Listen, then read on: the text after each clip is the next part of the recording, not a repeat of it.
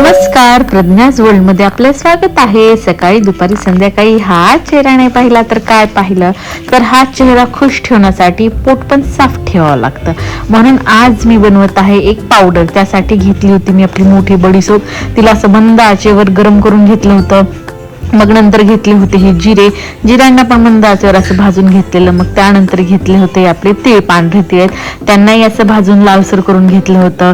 मग पुढे घेतला होता हा ओवाला पण असं परतून घेतलं होतं आणि त्यालाही जरा असं लालसर भाजून घेतलं होतं.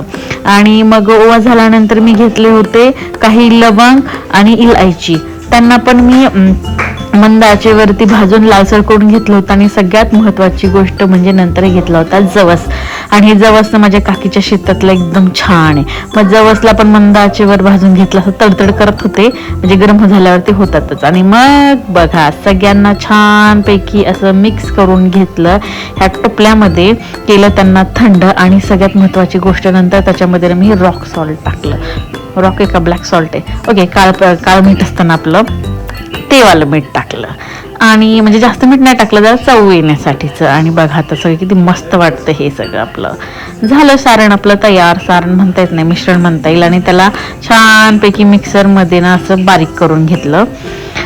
एकदम बारीक अशी पूड करून घेतली त्याची, तुम्ही तर बघू शकतात. हे बघा, आणि झालं एकदम. जेवणाच्या नंतर म्हणजे नाश्ता झाला की, दुपारचं जेवण झालं की, रात्रीचं जेवण झालं का मस्त एक चिमूट अशी तोंडात टाकायची. त्याला भरून मी ठेवलं डब्यामध्ये.